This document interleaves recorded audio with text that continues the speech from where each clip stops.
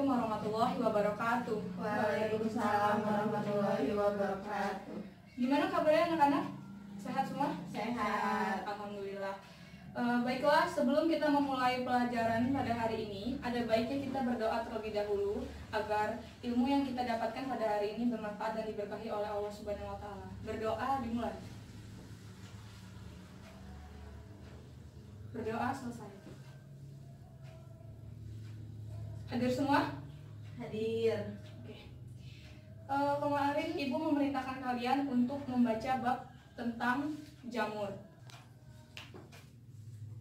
Sudah dilaksanakan? Sudah, Bu. Oke, Ibu mau tes kalian ya. Coba Poppy Gunola, apa yang kamu dapatkan dari kegiatan membaca kamu? Ciri-ciri fungi eukariotik dan tidak berklorofil, Bu. Oke, jadi benar ya yang dikatakan Poppy bahwa jamur itu adalah organisme eukariotik dan dia tidak berklorofil. Nah, sebelum kita memasuki materi, Ibu mau tanya lagi sama Delvina. Berdasarkan struktur tubuh dan reproduksinya, jamur itu diklasifikasikan menjadi 4 divisi. Jamur itu tuh terdiri dari 4 klasifikasi, yaitu Ascomycota, Basidiomycota, Deuteromycota, sama Zygomycota. Oke, benar sekali. Oke, sekarang kita masuk ke materi ya anak-anak. Ibunya ke kalian, tolong dibuka di handphone masing-masing.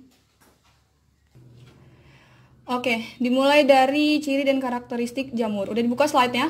Sudah, Bu. Jadi yang pertama, jamur itu ciri-cirinya adalah eukariotik atau dia memiliki inti. Ada yang multiseluler dan juga ada yang uniseluler. Bedanya antara multiseluler dan uniseluler, kalau dia multiseluler dia bersel banyak. Sedangkan kalau uniseluler dia bersel satu. Bereproduksi dengan membentuk spora. Tubuhnya tersusun atas benang-benang yang disebut juga dengan hifa. Kalian pernah lihat jamur tiram? Pernah. Nah, di bagian belakangnya ada seperti sekat-sekat, itu dinamakan hifa. Lalu habitatnya di lingkungan yang lembab dan dia tidak berklorofil. Kemudian struktur tubuh jamur. Jadi jamur ini tersusun atas hifa-hifa, di mana hifa ini akan membentuk miselium dan miselium akan berkembang menjadi badan buah. Lalu di slide ketiga, sudah dilihat? Sudah. Perhatikan pada gambar A. Gambar A itu merupakan hifa yang tidak bersepta, hifa yang bersepta atau yang bersekat. Bisa dilihat hifa di sini nampak seperti dipotong-potong, di mana di setiap sekatnya itu berisi nukleus atau inti sel. Terdiri dari dinding sel, ada septum atau sekatnya, dan pori. Kemudian pada gambar B, itu adalah hifa yang tidak bersepta atau hifa yang tidak bersekat. Bisa dilihat bedanya, dia tidak memiliki sekat, inti selnya tersebar, dan dia memiliki dinding sel. Lalu pada gambar C adalah Haustoria. Jadi Haustoria ini sebenarnya hifa khusus yang dimiliki oleh jamur yang sifatnya parasit. Dia punya kemampuan untuk menembus sel inang, di mana nanti ketika dia sudah menembus sel inang, dia akan menyerap nutrisi pada sel inang tersebut. Lalu ini adalah cara hidup jamur. Jadi cara hidup jamur itu ada 3. Yang pertama saprofit. Dia ini sifatnya dia dengan cara menguraikan sisa bagian makhluk hidup yang telah mati.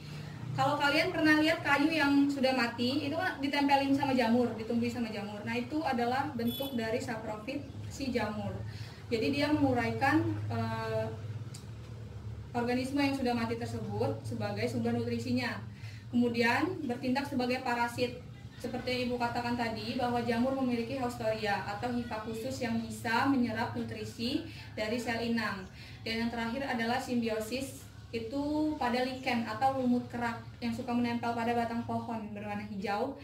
Itu merupakan simbiosis antara jamur dengan alga. Karena jamur ini adalah makhluk hidup yang sifatnya heterotrof, tidak bisa membuat makanan sendiri, jadi dia bersimbiosis dengan alga yang mampu melakukan fotosintesis. Jamur mendapatkan nutrisi dari alga, sedangkan alga dilindungi oleh si jamur. Dan ini habitat jamur sama seperti tadi, saprofit, parasit, serta simbiosis. Reproduksi jamur itu secara generatif atau secara seksual dan juga dengan cara vegetatif atau aseksual.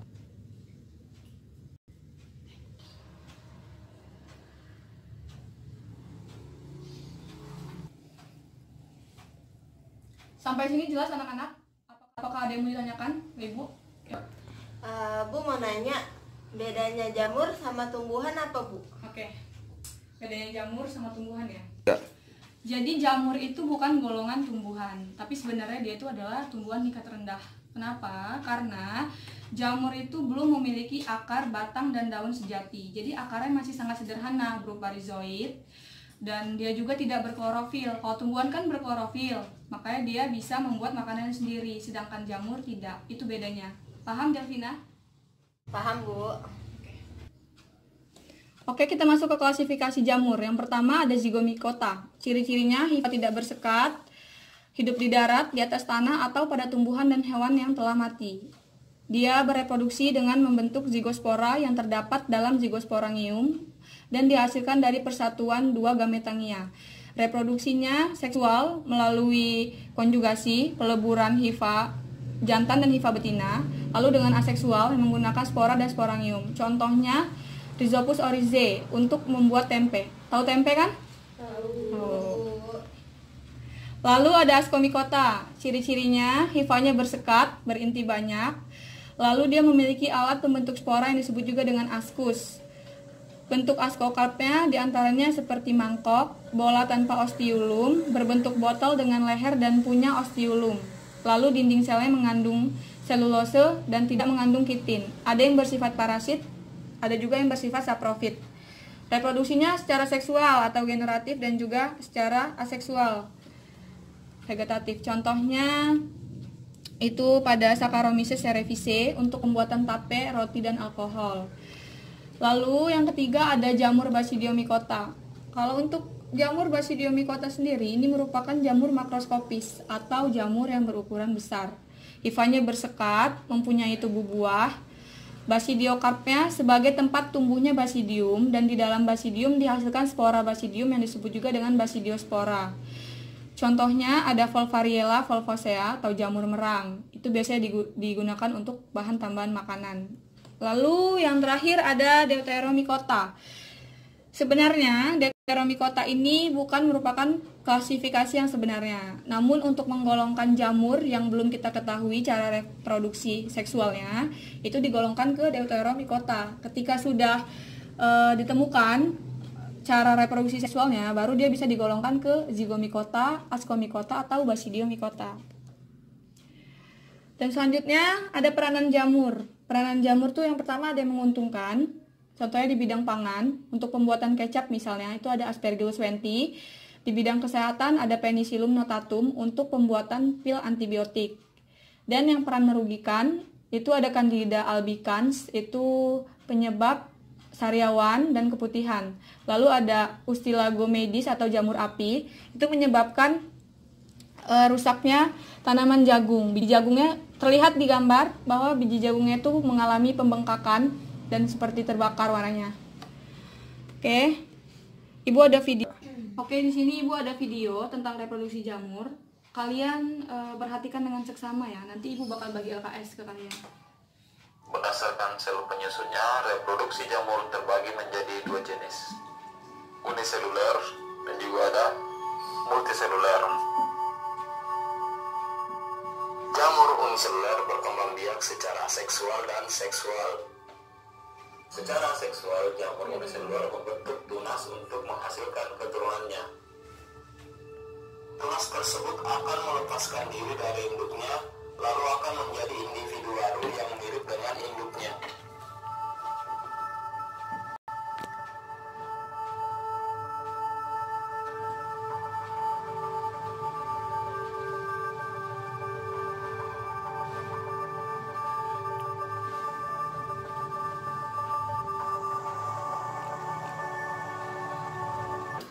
Ibu akan bagi kalian ke dalam 3 kelompok masing-masing. Poppy kelompok 1, Ratu kelompok 2, dan Delvina kelompok 3 untuk mengerjakan lembar kerja siswa ini. Bisa kalian kerjakan bersama, tapi nanti presentasinya satu-satu ya. Jadi nanti kalian isi, ini kan sudah ada gambar jamurnya. Kalian isi klasifikasinya, lalu ciri-cirinya, dan ada pertanyaan di belakangnya. Kalian boleh mencari lewat artikel jurnal. Coba ikut dulu ya. Oke.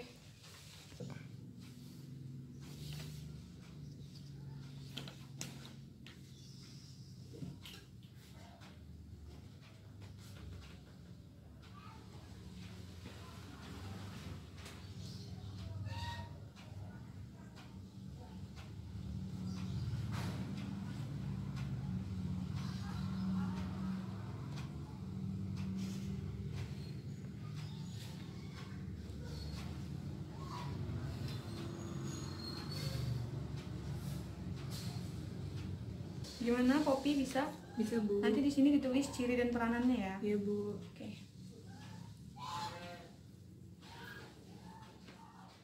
Mengerjakannya? Bisa, Bu. Oke.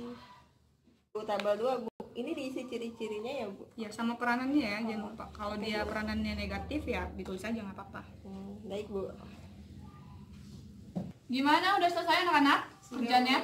Sudah. Sudah, Bu. Oke, Poppy Ginola silahkan mempresentasikan. Rhizopus stolonifer masuk divisi zygomicota. Ciri-ciri dan peranannya: yang pertama, ciri-cirinya termasuk dalam jamur mikrokopis. Yang kedua, terdiri atas hifa dan sporagium. Hifa adalah benang-benang penyusun jamur. Yang ketiga, hifa terbagi menjadi 3 bagian, yaitu stolon, rhizoid atau akar, dan sporangiosfer atau hifa yang menjulang ke atas membentuk sporangium. Peranannya yaitu memiliki peran yang merugikan karena menyebabkan kerusakan pada roti atau basi. Roti bisa menjadi hitam. Oke, silakan duduk. Oke, kelompok 2, Ratu. Silakan maju.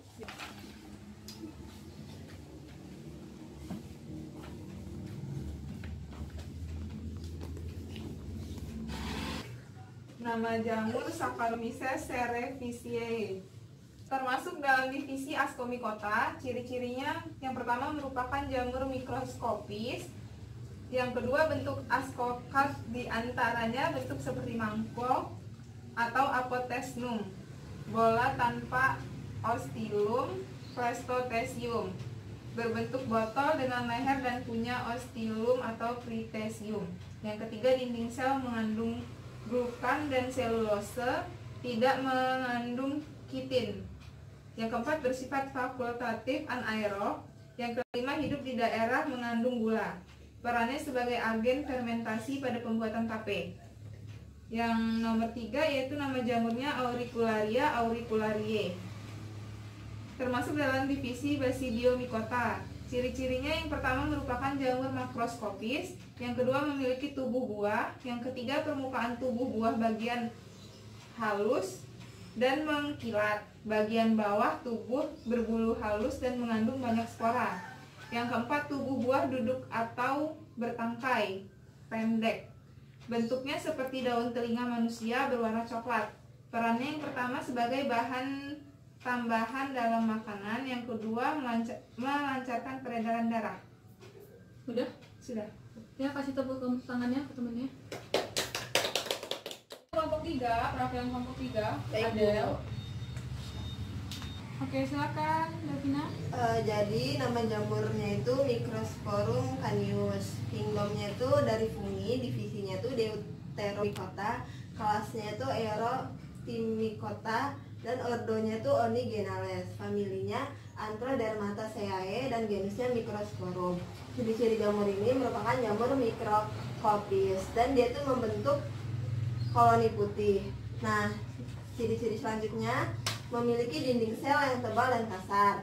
Sedangkan peranan jamur ini mempunyai peran yang merugikan, yakni menyebabkan penyakit kulit pada manusia, anjing, dan kuda. Oke, terima kasih. Silakan duduk. Bisa dikasih tepuk tangannya untuk Davina. Oke, baiklah, presentasi kan sudah selesai. Di sini Ibu mau minta satu siswa yang bisa menyimpulkan pembelajaran pada hari ini. Saya, Bu. Oke, Ratu, silakan menyimpulkan. Jadi jamur merupakan makhluk hidup eukariotik yang tidak berklorofil. Dia berproduksi secara seksual atau generatif dengan cara peluburan 2 spora, dan secara aseksual atau vegetatif yaitu menggunakan tunas atau spora. Berdasarkan cara reproduksi dan struktur tubuhnya, jamur dibagi menjadi 4. Yang pertama, Zygomicota, yang kedua Ascomycota, yang ketiga Basidiomycota, yang keempat Deutero. Yang menguntungkan contohnya Rhizopus oryzae, yaitu berperan untuk pembuatan tempe, dan yang merugikan yaitu Candida albicans, yaitu penyebab sariawan serta keputihan. Oke, bisa dikasih tepuk tangan buat temennya. Ini Ibu apresiasi untuk kelompok 1. Kasih, Bu. Oke, pembelajaran hari ini sudah selesai. Ibu punya tugas buat kalian, silakan dicatat. Tugas kalian mencari jamur di rumah kalian ya. Setelah itu kalian klasifikasikan dan buat dalam bentuk laporan tertulis. Mengerti? Ibu. Itu dikumpul minggu depan ya, pertemuan selanjutnya. Oke, sekian pembelajaran pada hari ini. Lebih dan kurangnya Ibu mohon maaf. Pada Allah Ibu mohon ampun. Wassalamualaikum warahmatullahi wabarakatuh. Waalaikumsalam.